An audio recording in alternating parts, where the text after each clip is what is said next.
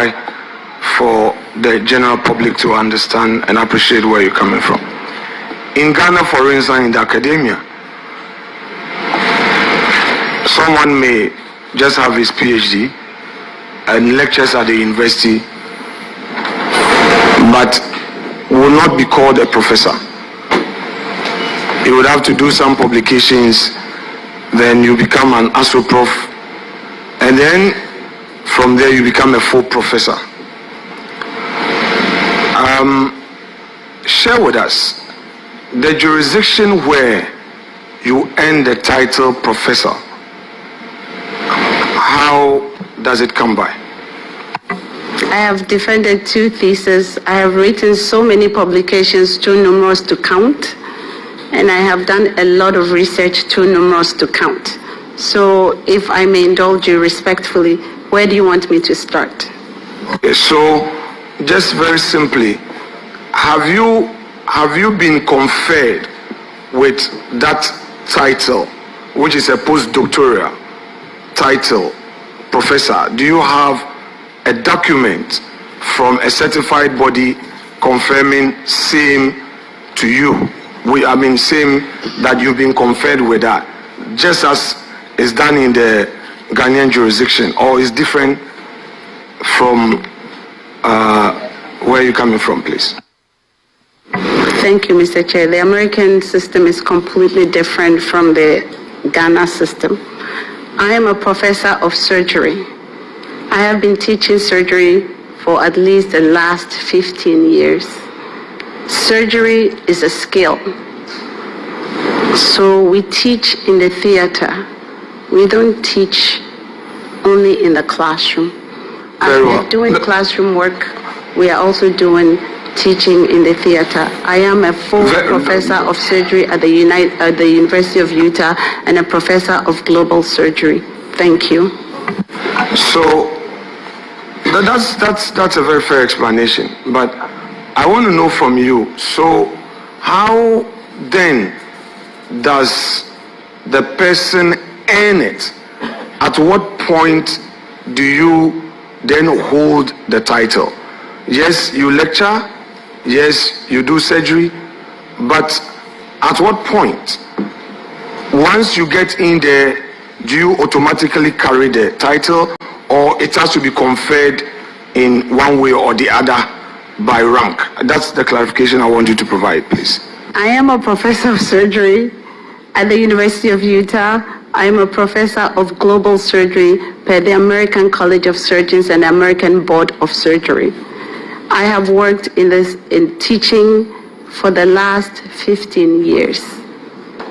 Thank you. So the American College of Surgery, in its role, has your name there as Professor Ayensu Dankwa, correct? American College of Surgeons has my name as a Professor Ayensu Dankwa. I am a board-certified surgeon, doubly boarded from the United States of America. Thank you. Very well. Now, may I know from you, in an earlier answer, when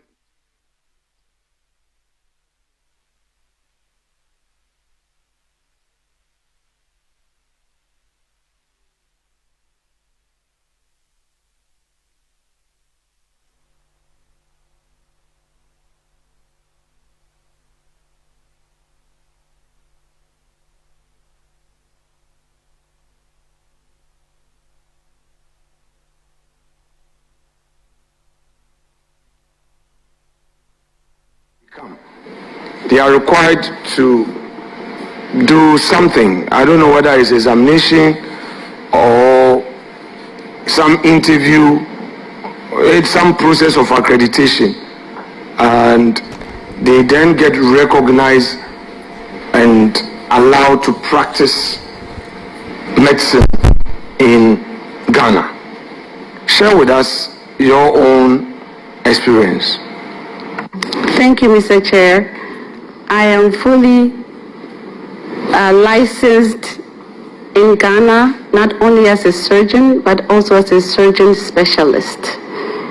In 2014, I came to Ghana I took, even though I was a professor of surgery in the United States, I came back to Ghana. I took a written exam for a whole day. The next day, I sat in front of 3 surgeons in Kolebu, and I did an oral exam. After the oral exam... All right, Maskolo, Dazuda Mukashigo, Shimura Musa Moni Masala Dankadam. But Maraba Sanunku, da wannan safiya, kuma Sanunku da zuwa kan shirin Tsarin Safiya akan Baina TV, wanda za mu kawo muku tun daga wannan lokaci har zuwa karfe 10 da safe, shashi daban-daban na shirin. Hadda inda za mu koya darasi akan wato kiwon lafiyarmu wanda muke kira health tips, inda da ta kawo mana wannan, kuma mun duba yanayi, rahoton yanayi na yau, yanda yanayi zai kasance mana. Wannan weekend mun ga cewa kaman adari ne da aka yi shi ba wasa ba. Ni da kaina adari ya buga ni this weekend. In ka rina shi ka fita ciki shi maka lalabu, to ni ma ya min lalabu. Da safin da mun gano haka zai kasance for the rest of the day, ko dai mun samu rana dan kadan. Yanzu abu ɗaya da yayi very scarce shine rana. Abu ɗaya guda kenan da yayi very scarce the last 2 months. Yanayin ko da yaushe sanyi ne.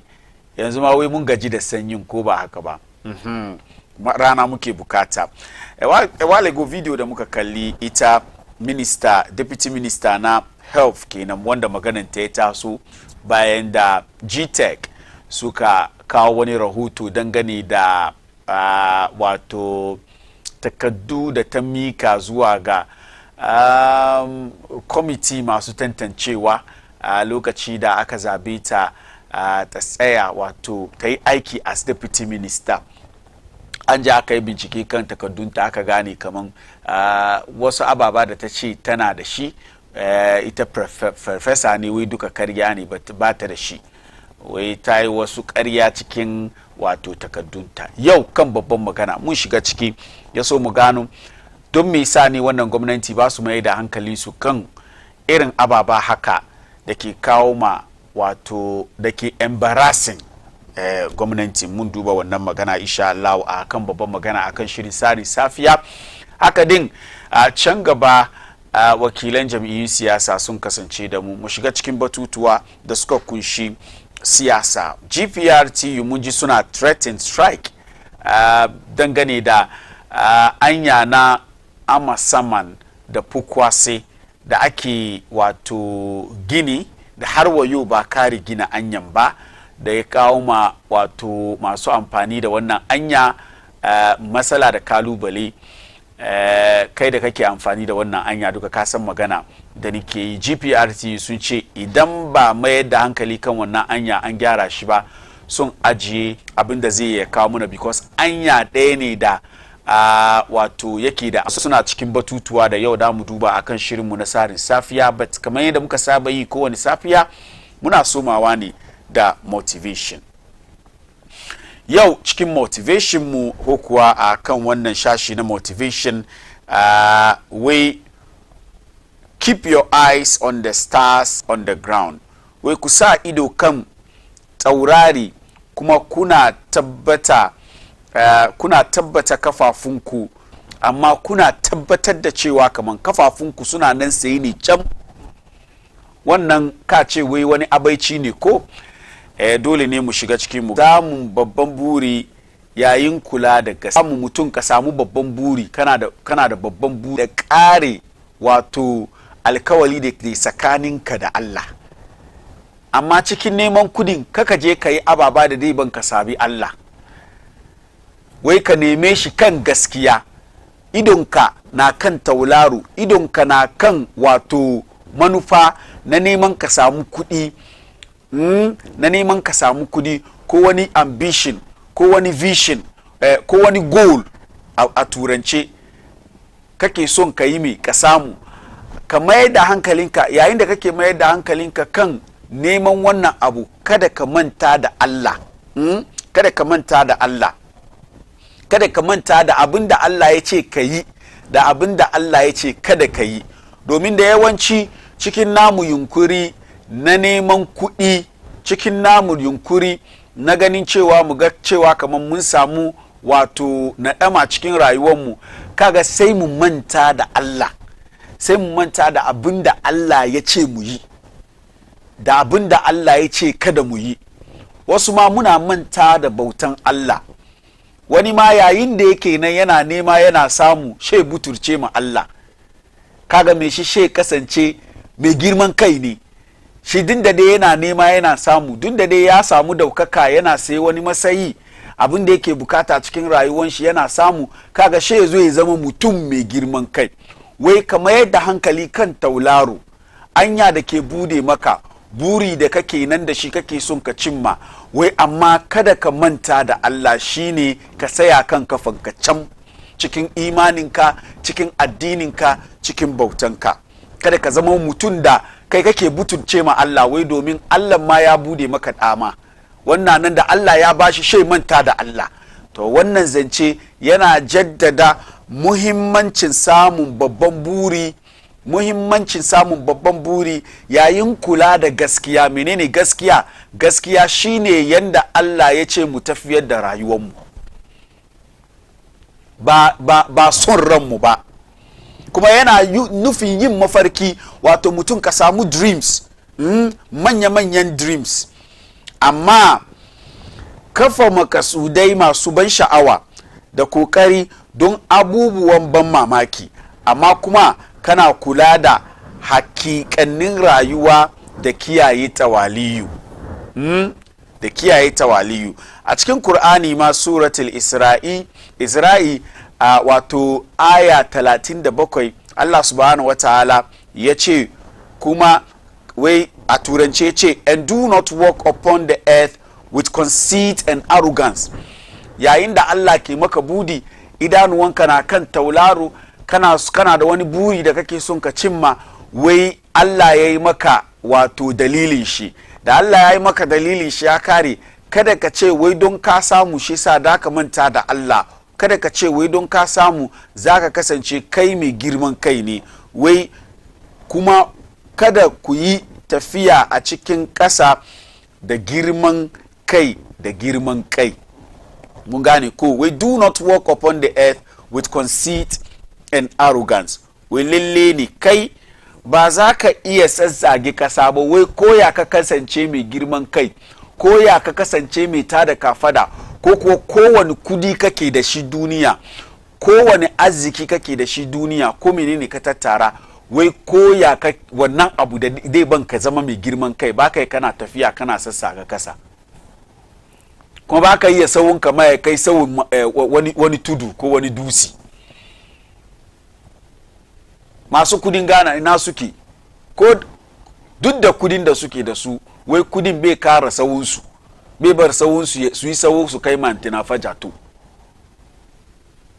Wai kowane kudi kake da shi bai sa da ka taka kasa ya tsage. Shi yasa wannan yana jaddada mana muhimmancin tawaliyu, wato humility, yayin da muke samun ababa da muke so. Shi yasa wai and do not walk upon the earth with conceit and arrogance. Ka kasance kai kullum kana cikin humility ne, kai kullum kana cikin humility ne. Sa yau wannan zance da shi zamu wato dauko wato kwarin gwiwa da muke bukata mu tafiyar da lamari wannan rana. We keep your eyes on the stars and your feet on the ground. Do not forget that ko menene kake da shi, arziki ne, dukiya, ko menene da ikon Allah ne.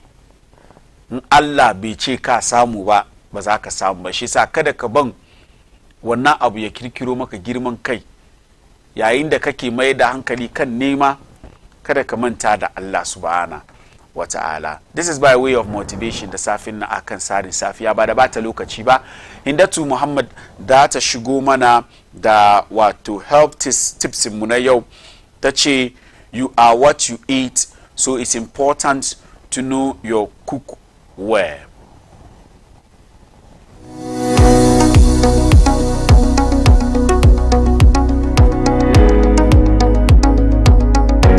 Kowa yana Ina jin daɗin girki, kuma dalilin dafa abinci shine don samun karfi daga abincin.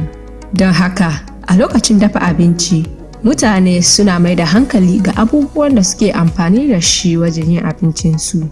Wannan shine saboda ba wanda yake son ya kamu da rashin lafiya daga abincin da ya dafa.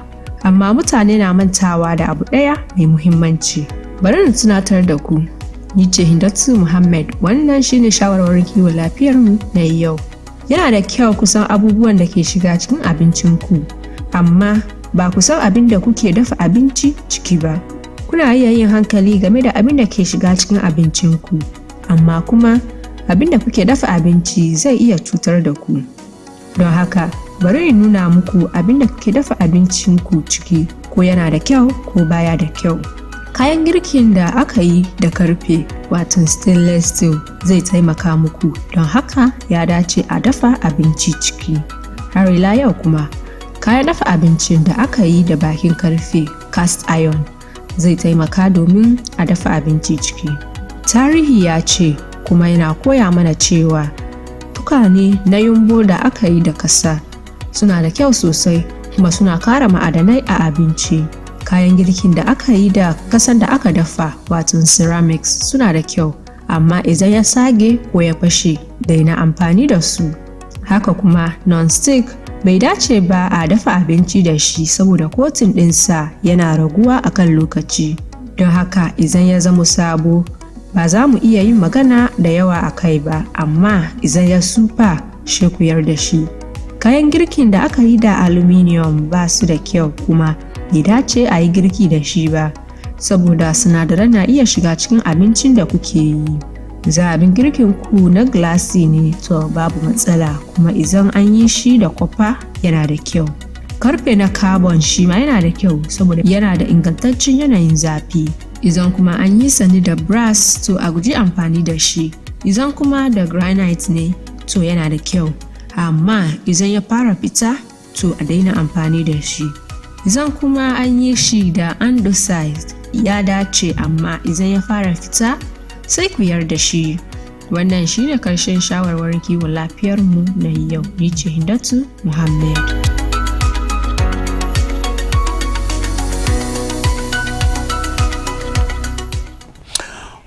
Walagai da ke Hindatu Muhammad kenan ta kawo mana wato health tips mu na yau. Wai mu kula da kasake da muke amfani da shi wurin girki. Yanzu kasaken wasu sun zo ana kiransu non-stick. Ba mu san sinadarai da ake amfani da su wurin wato yin waɗannan kasashe ba.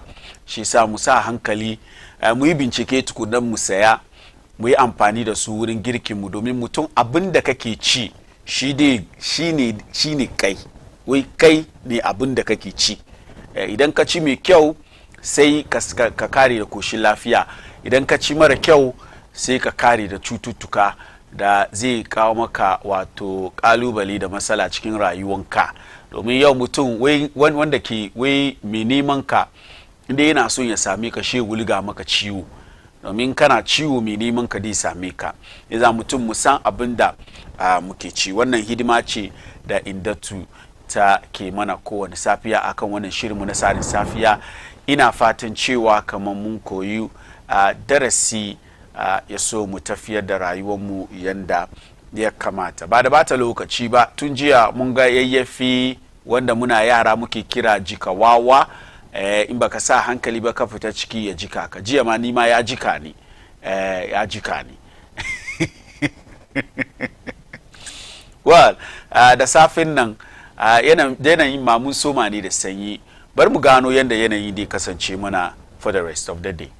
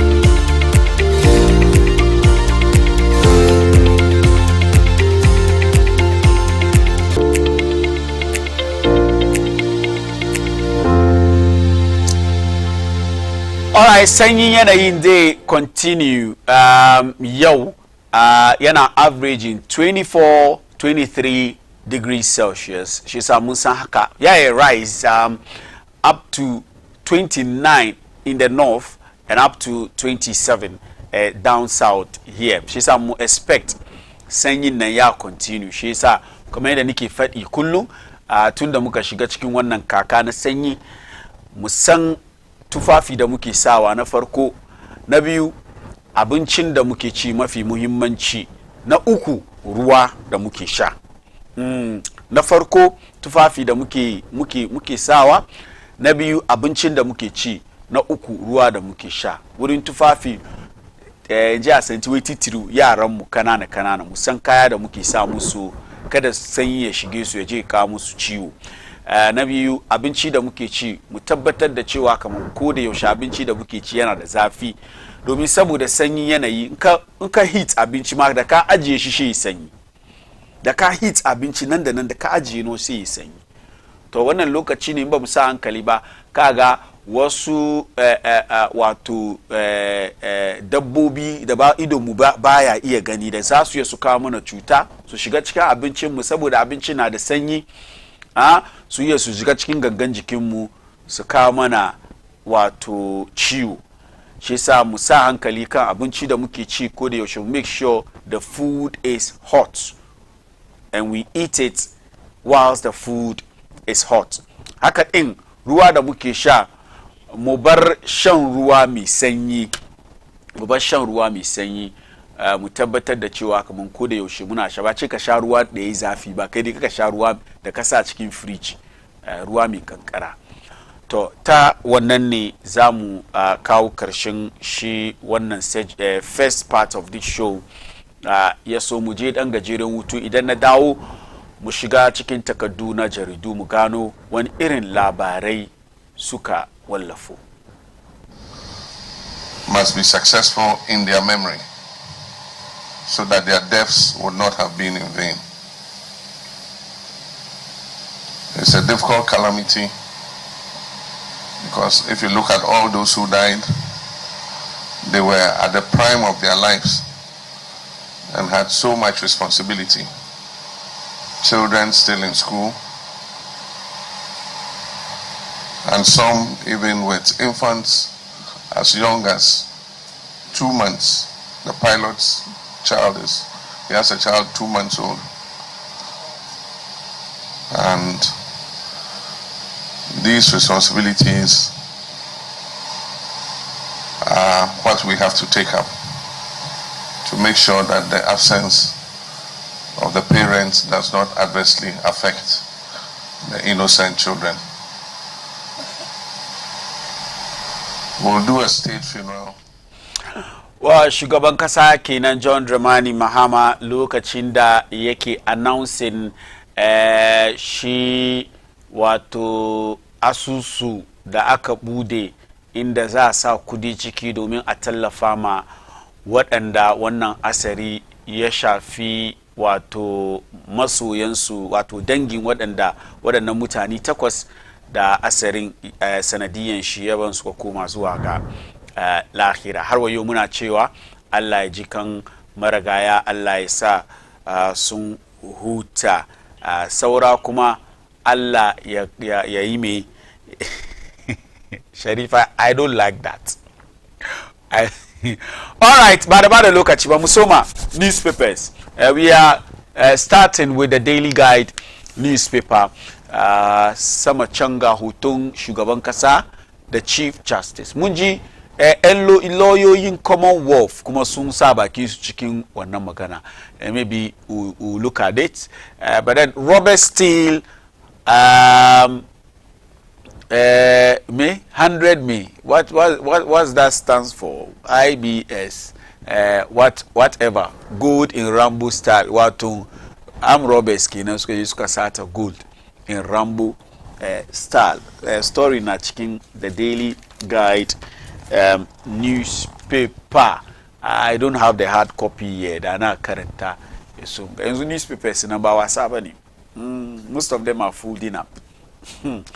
Baizi bani. Government sets up support fund for helicopter crash victims. So video da muka buga a while ago da shugaban kasa ke magana video kenan. Government sets up support fund for helicopter crash victim. Shugaban kasa ma da kanshi ya fita kasar Ghana tahiya zuwa kasar waje. Mun san kura da wannan kuma ya taso da shi whether the president is using a private jet or is not using a private jet.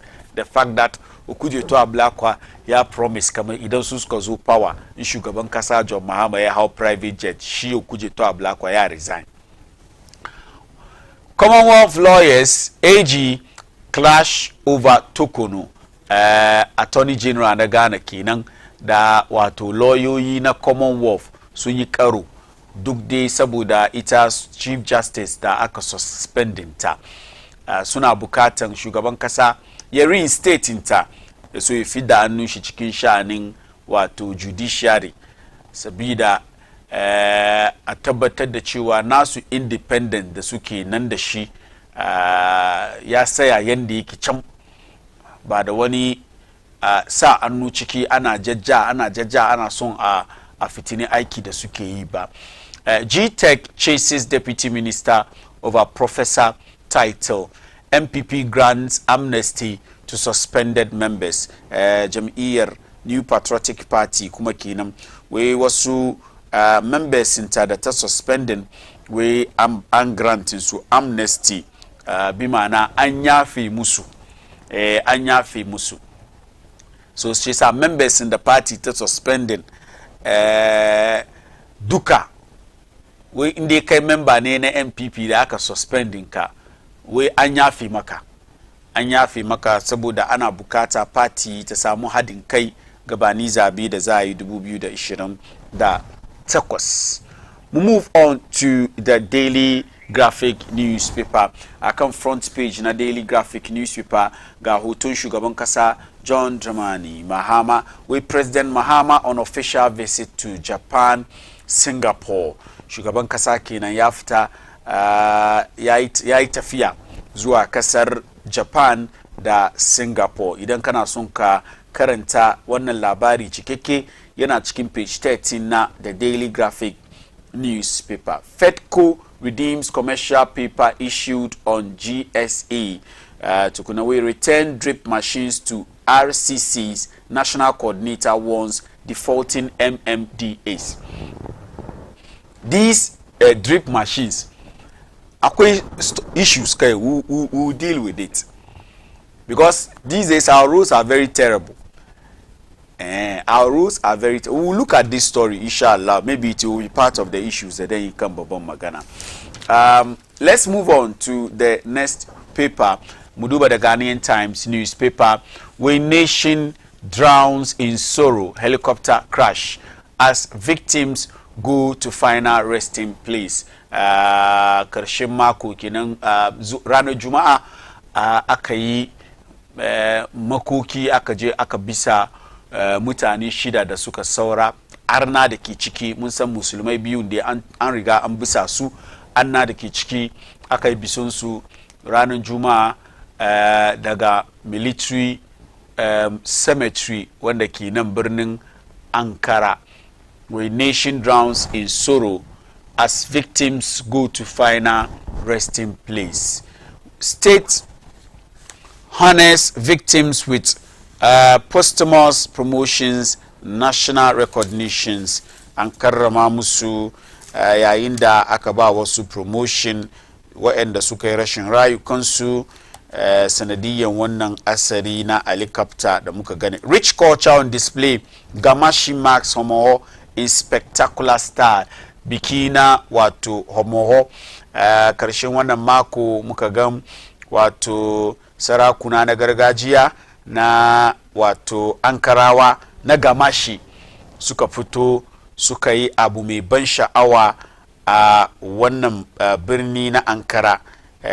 Wai eseweni ensew kachre Ankarawa yayin da suke bikin su na Homoho. Mun san na Gamashi kenan. The other states will also observe DS. Of course, we'll be with them. We'll be with them. They are our landlords. Let's move on to the next newspaper, which is the Daily Post. With state funeral held for 8 victims of the August 6 helicopter crash. 3 military officers killed in helicopter crash posthumously promoted. Mahama urges Ghanaians to support children of 8 fallen heroes. How do you support them? Ambude Fund da kowane ne yake so ya mika musu wani tallafi wani gudunmuwa ya haka through fund din da shugaban kasa ya bude ya ba waɗanda suka yi rashin rayukansu dangane da asari na helicopter da muka gani can sama. Wai President Mahama embarks on official visits to Japan and Singapore. Muduba the Herald newspaper where travelers trucks left stranded in 15-hour traffic jam on abandoned Ofanko Nsawum road. Yeah, so sanadiyan wannan ne muka ganyen GPRTU wayanda suke wannan area suka ce za su yi sit down strike. I don't know whether GPRTU duk Ankara gabade ne ko dai wayanda suke around Pokwase ama Saman Ofanko whether su sit down strike domin yanayi da wannan hanya ke ciki yana kawo musu matsala. 15 hours mutane na cikin traffic over the weekend. It was so terrible. It was indeed so terrible. Kira ake yi zuwa ga shugaban kasa da waɗanda suke fada aji ko kuwa kira zuwa ga road minister kowane mataki da za doki and make sure kaman wannan anya yayi motorable ya ba. I don't even know the way they are doing the construction. Mun san construction din ana yi on a major road like that an yi side guda a kare tukuna a zo a yi the other side saboda ka samu ka wuskanci irin wannan matsala da muke gani kan anya. Amma an kama duka ana yin shi gaba ɗaya ne, an kama duka in an yi adari wurin ya turn into swimming pool mota bai yi wuce. And it's so terrible that in this 21st century modern day and era kasa kaman Ghana ana construct a major road, the road that links the 2 most important cities of this country. Sha ce anya nan na cikin yanayin da yake cikin nan mutum ya saya cikin traffic for 15 hours. Shi sa an ka tashi ba ka tashi asusuba ba asusuban fari ba kai ka je aiki. Ina maganan ga yanzu aka traffic wurin ba wasa ba. Ban sa abin da yasa kasan ga muke yin ababan mu aka nan ba, but that is what it is. If you have leaders who don't really care, if you have leaders da idan da su kuma sun doki helicopters wuce su te da shi ko su doki police su te da shi, they don't care about the nature of the road. Kumasi Accra road is in terrible shape and they don't care. 15 people died recently on that same road. Attorney General Apak Kwekuaza rebuke colonialist insults from UK lawyers. Okay. Police must move beyond false sense of security at election. With GPRTU wants Maripoma Enterprise back on Pokwase in Saum Road. She said stories in Nanki Nanga Hutung nyawu tamaklu dazunaga amukama MPP we soon grant amnesty to supporters in Sudosko suspend. One of the suspended supporters, one of the suspended members is nyawu tamaklu. I don't know how he's going to take this. I don't know whether he's going to come back, he's going to join the party, because in recent times he's one of the people that Suki criticize the MPP at all fronts.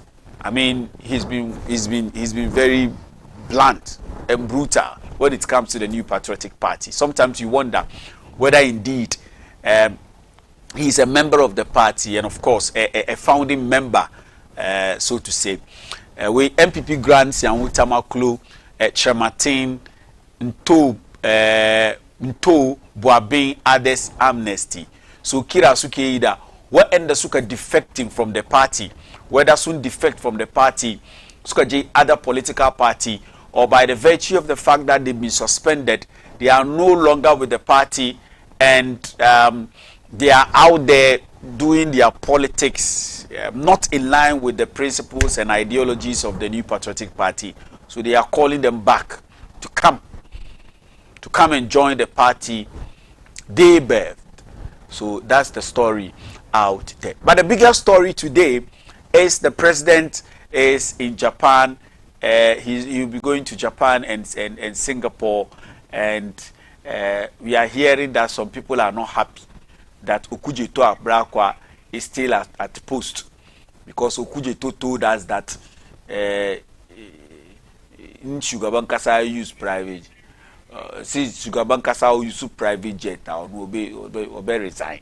Now no vice president use private jet. Uda young cobra.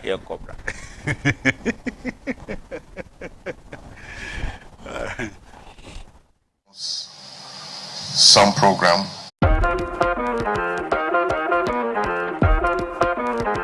Welcome to House of Cuisine, a place where indigenous flavors come to life.